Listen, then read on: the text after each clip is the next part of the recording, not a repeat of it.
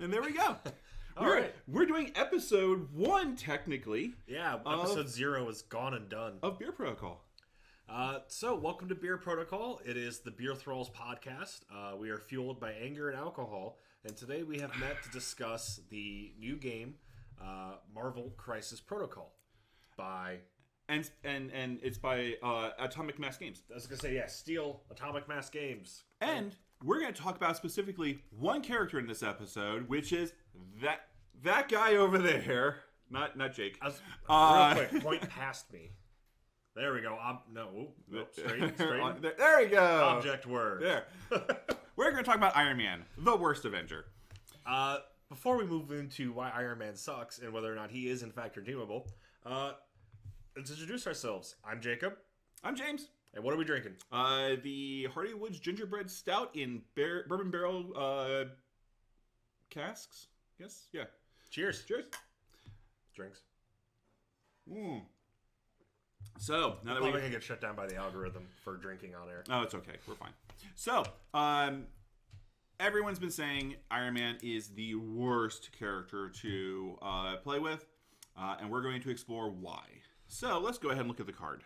So, switching over to looking at his card, you can see here, feel free to pause and read in, but we'll just cover in real quick detail. If you have not seen a stat card for Crisis Protocol, we're going to cover just kind of the high-level stuff. Across the top, you got some basic information. You have his health, his movement speed, his size, and his point cost. The things that we're going to talk about here, 5 health, medium movement. In the game, he's normalish. Yeah, 5 health, medium movement is average. 3 points means, at least for the starter set, he is on the low cost side of the game. Most characters cost 3 or 4 points, with the exception of Black Widow in the core set. Since then, we've only had a few people deviate outside the norm of that point cost. So he is a lower costed character, which will play into how harsh we are when we evaluate him. Defenses, 3 across the board?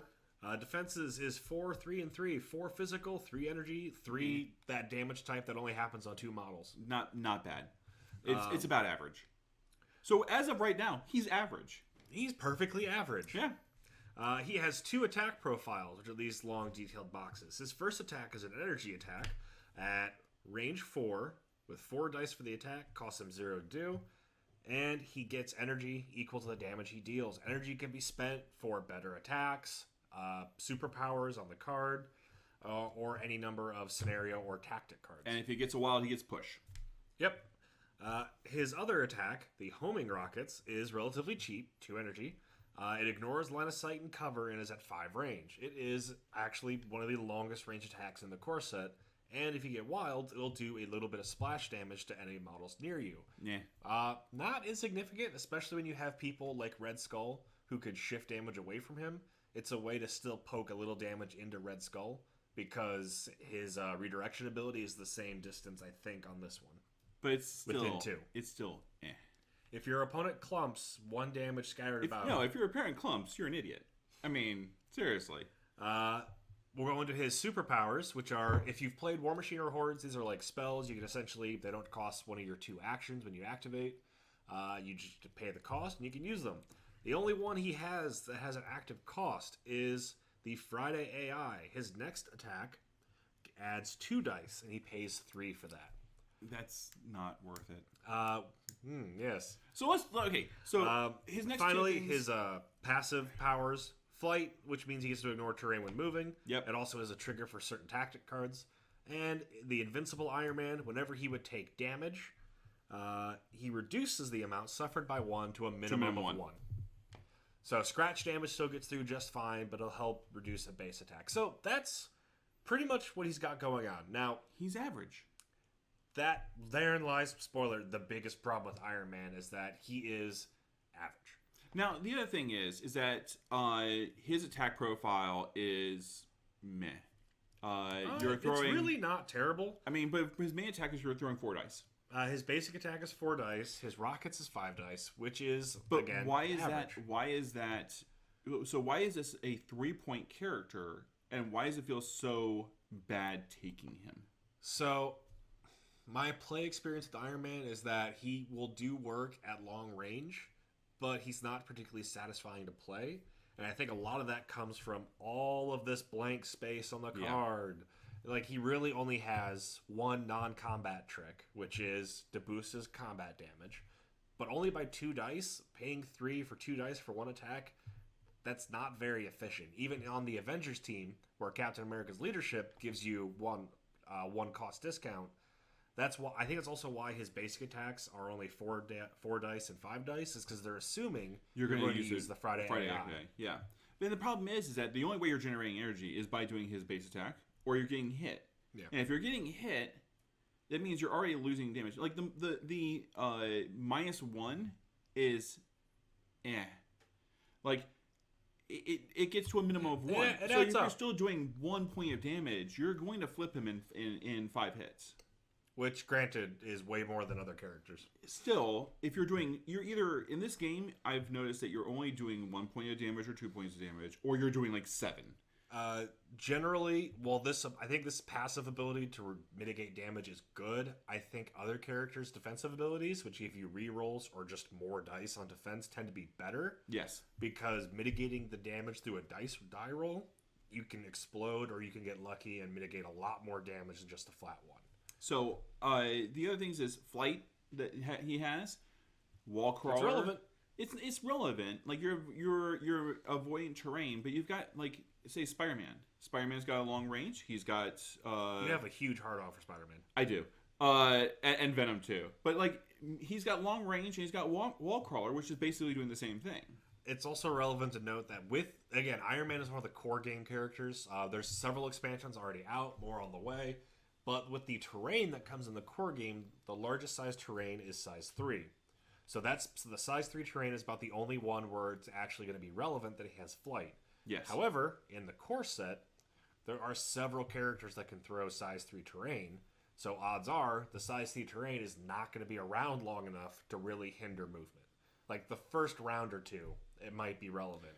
And otherwise, flight doesn't really do anything. You've got trash cans. You've got smaller things that are like 1 and 2. Well, you can actually go over those automatically. Correct. If you're just moving. Because because in this game, characters can automatically move over terrain of equal or lesser size than them.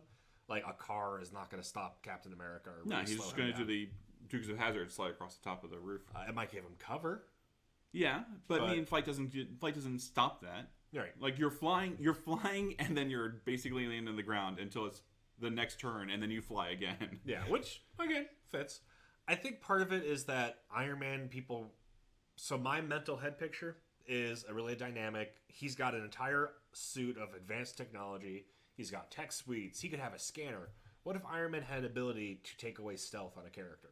Or he could ignore stealth. Currently, Black Widow is the only character with stealth, but there's gonna be more operatives. Or reduces your defense dice by 1. Because if Friday AI said, instead of going, hey, I give you 2 dice, if I could just change one of their dice to whatever I wanted, using like Friday AI, that would be great. Because like, oh, you got a wild? You have a wild thing? Cool. Nope. Let's flip that over. Or all the extra dice are nice. It might even be better if Friday AI gave you rerolls in your existing dice. Yeah. Now the push does give you some advantage. So his basic attack does have, if you get a wild, you can push, which is great for tactically. Other characters at or around those point costs could get pushes for free without relying on a die roll. Yes. My personal opinion, I don't think Iron Man is bad. I think he's appropriately costed. I think he's bad. He is the weakest of the 3-point characters. The 3-point characters in general all have a specific role they're supposed to do. The 4-point characters tend to have enough stuff going on they can fill multiple roles in a game. Iron Man's going to go out. If he's going to be particularly offensive, he'll get to a roughly central spot where he can basically get everyone within range, and he's going to stay there and just take pot shots whenever he activates. Yep. Especially since his range 5 attack ignores line of sight. What range 5 attack?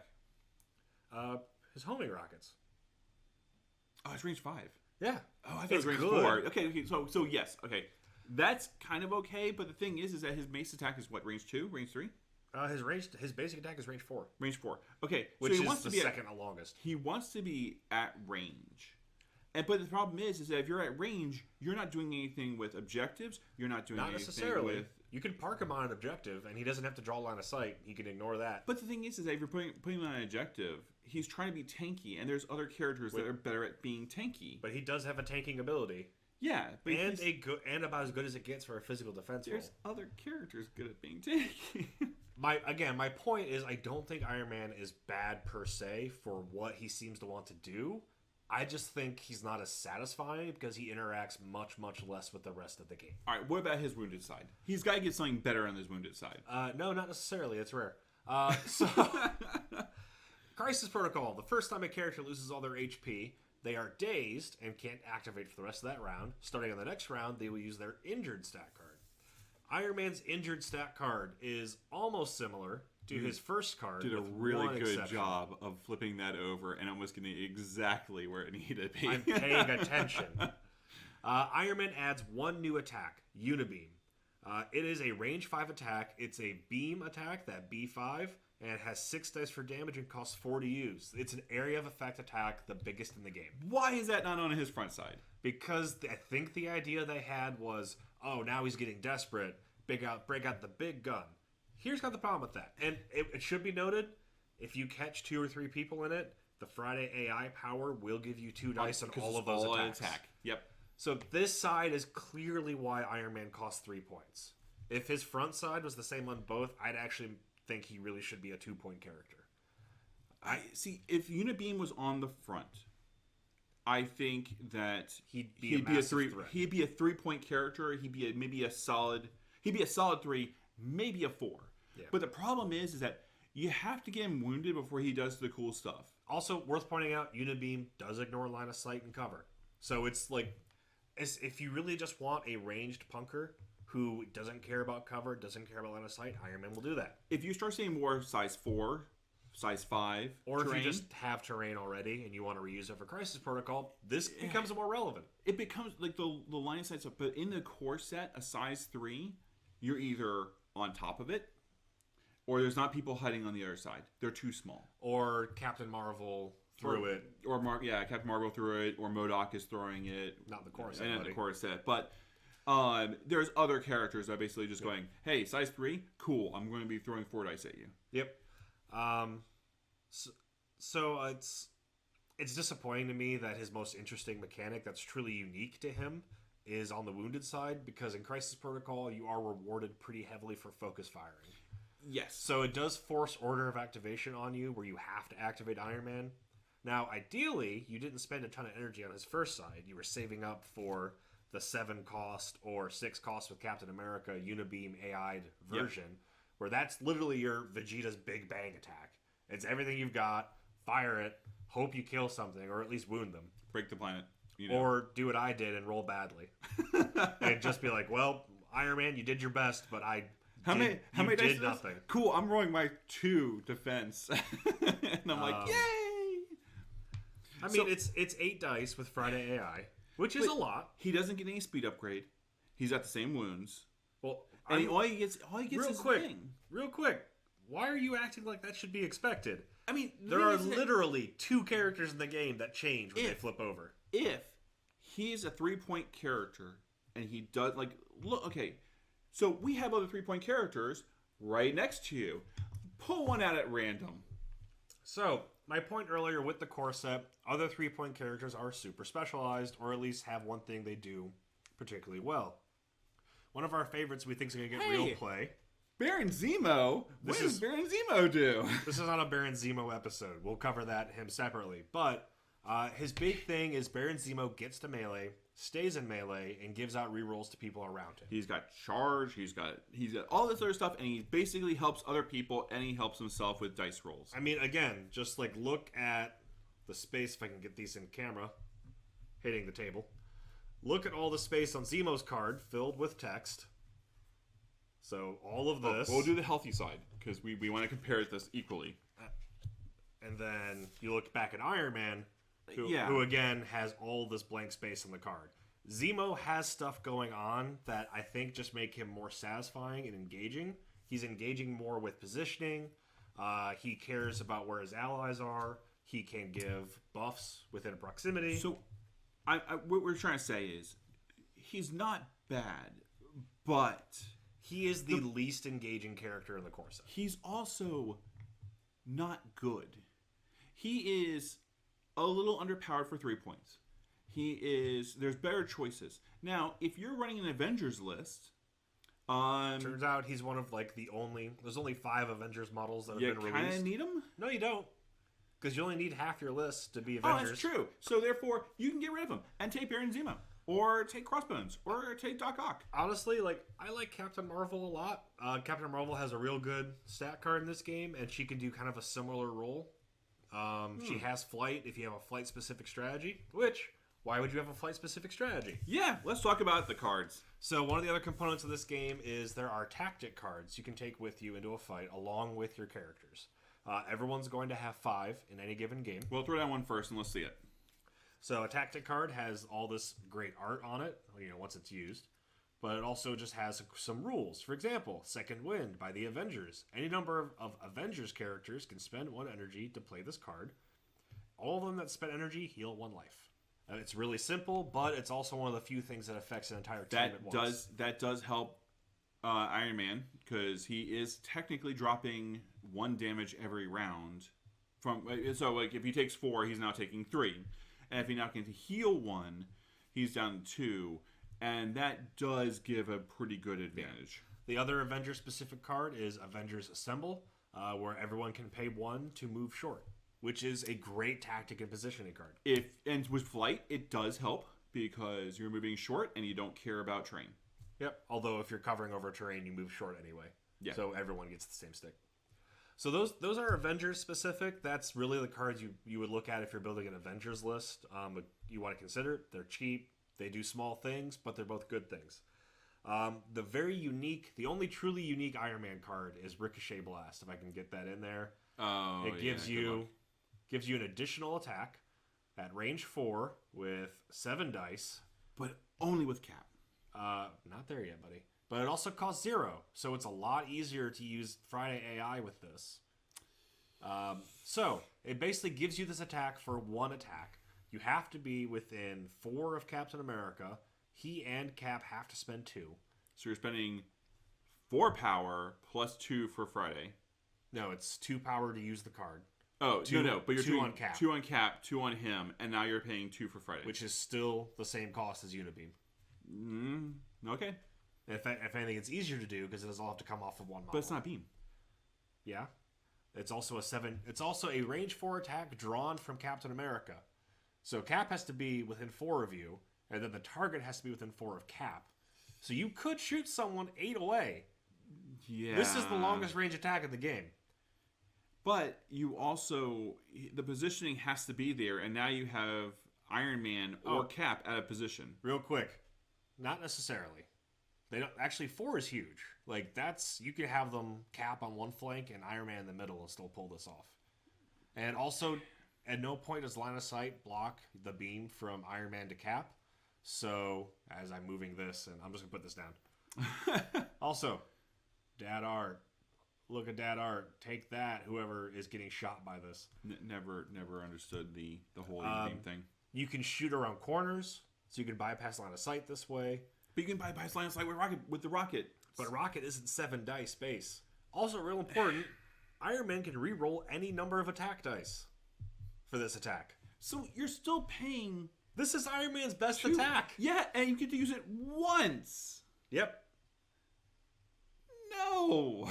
I can do way more with Zemo or even Crossbones, and I hate Crossbones. Crossbones is if you like the melee bruiser guy who every time he gets shot walks forward and is just this indomitable presence. But it's okay. So what else we got on? What other card he is? All right, the last card that's really relevant for Iron Man is Drop Off. Drop Off is basically a flying character picks up another character, flies them somewhere. If you have flight, you're not taking Drop Off. You're doing something wrong. Drop Off is real good. There's room for tactically doing something else, but Drop Off is real good. We found Drop Off is good for going, this person needs to die, dropping off Killmonger. Yep. With this, or doing the thing that you actually brought up earlier, which was somebody grabs a objective, and then you drop off back, so the guy gets 1 billion feet away. Yep.